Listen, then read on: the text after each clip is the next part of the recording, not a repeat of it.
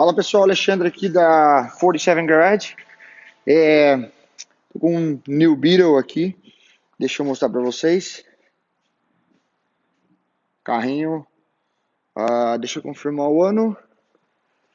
2000. Só um minuto.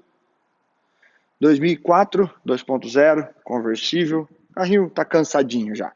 Esse carro já passou por aqui algumas vezes. Para fazer outras coisas. Esse cliente deu um azar aí que caiu na mão de outros mecânicos.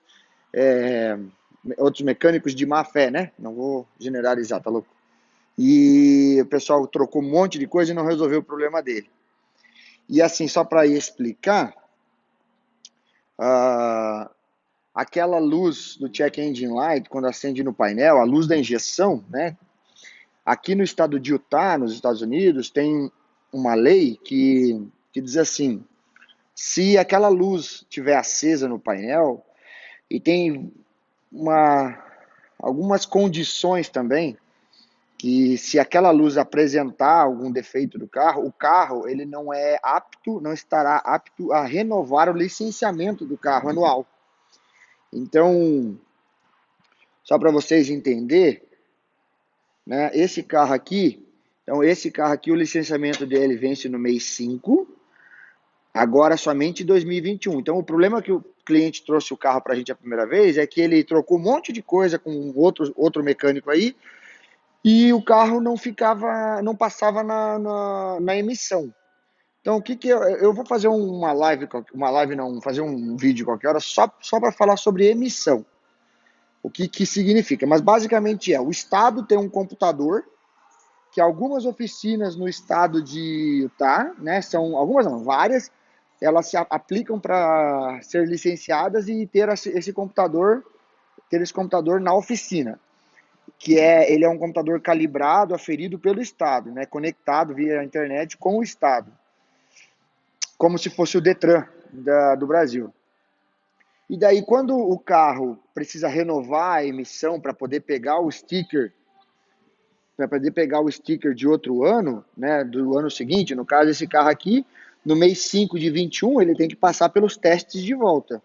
E essa máquina que faz os testes no carro. Aí, se o carro for aprovado, ele pega o sticker de 2022. E assim segue a vida, né? E para que isso aconteça, o carro tem que estar em ordem, principalmente os itens de controle de poluição. Por isso que o nome se chama emission, que é emissão de poluentes. Então, os sistemas do carro que controlam a emissão de poluentes tem que estar operando perfeitamente para que o computador autorize, né, a liberar a emissão do carro, liberar a renovação da licença anual do carro.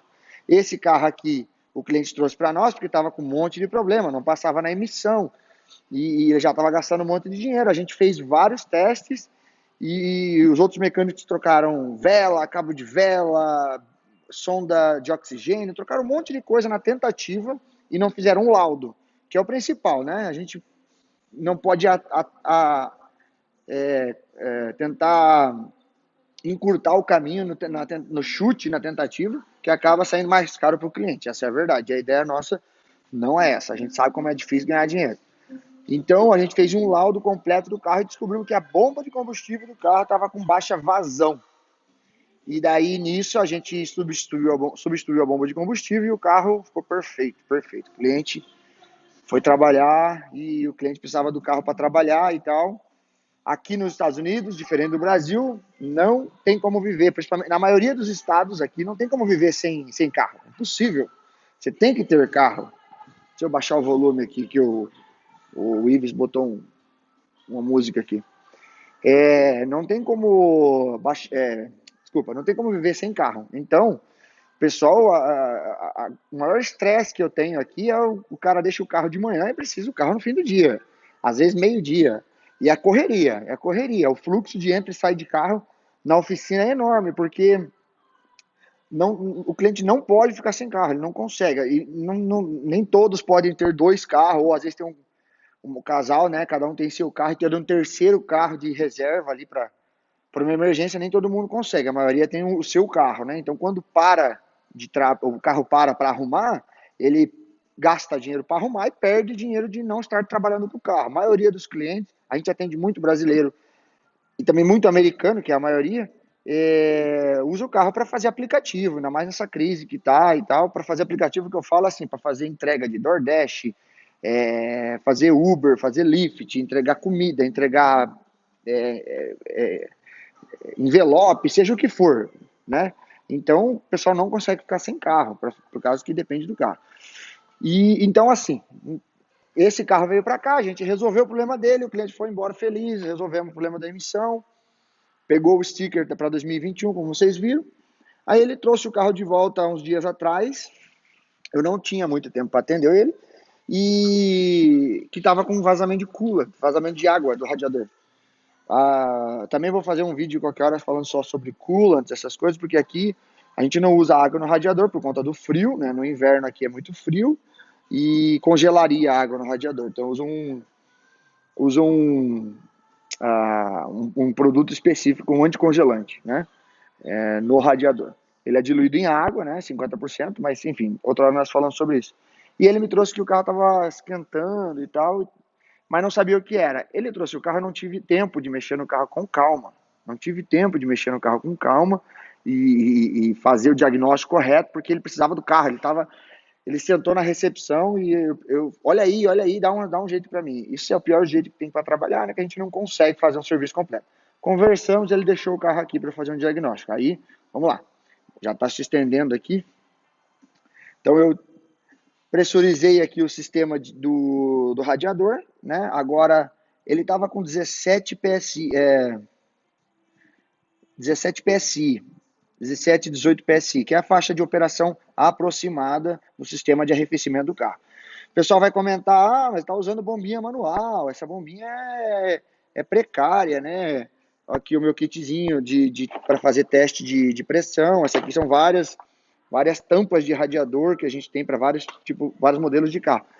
Eu não gosto de usar o sistema pneumático com o compressor da oficina. Aquele sistema, se você vacilar, você joga muita pressão para dentro do sistema de arrefecimento, você pode danificar alguma coisa.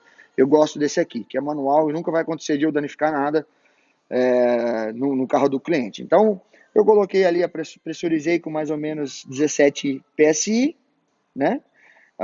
Que daria ali um pouco mais de 1 kg de pressão, um bar. E já está caindo a pressão. Vim fazer a inspeção visual aqui. Deixa eu pegar minha lanterna. Cadê minha lanterna? Aqui. Então aqui, ó, a gente já consegue ver ali borbulhando, tá? Ok? E ali embaixo, não sei se vai conseguir ver, mas também tem um vazamentinho ali embaixo, ó. Tá difícil. Mas o que é ali? Ali é a válvula termostática. A gente chama essa peça, o mangotezinho, né, o canote ali, a gente chama de housing. Então vai ser substituído o thermostat housing, ou seja, como se fosse a casa da válvula termostática, tá? Vai ser substituído com a válvula e a junta. E aqui a gente chama de water outlet, que seria a saída d'água, né? Onde sai do cabeçote e distribui para aquecimento interno do carro, para refrigeração do óleo do motor e por aí vai, né? E o retorno também para o radiador. Então vai ser substituído tudo isso daqui. Então, o que foi feito? A gente faz o orçamento, né? Monta uma estimativa, ó. Aqui é uma estimativa, ok? Ops, apareceu o nome do cliente ali. Monta uma estimativa, eu mando por e-mail para o cliente e fico aguardando a autorização dele dar continuidade no serviço. Vamos ver o que vai acontecer. Espero que ele dê autorização para a gente dar continuidade. Espero que ele autorize a gente a dar continuidade no serviço e a gente vai conversando aí sobre a evolução do serviço. Valeu, obrigado.